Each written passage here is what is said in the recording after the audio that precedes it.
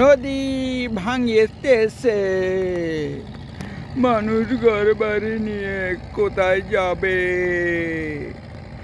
মানুষের কষ্ট কেউ দেখে না।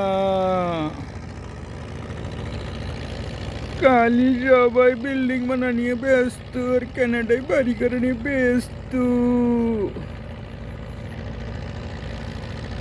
নদীর পাড়ে পাড়ে উন্নত বিশ্বে কত সুন্দর সুন্দর অট্টালিকা, আর এখানে কিছুই নাই, গরিব মানুষের ঘর। এই হচ্ছে এদেশের কাহিনী।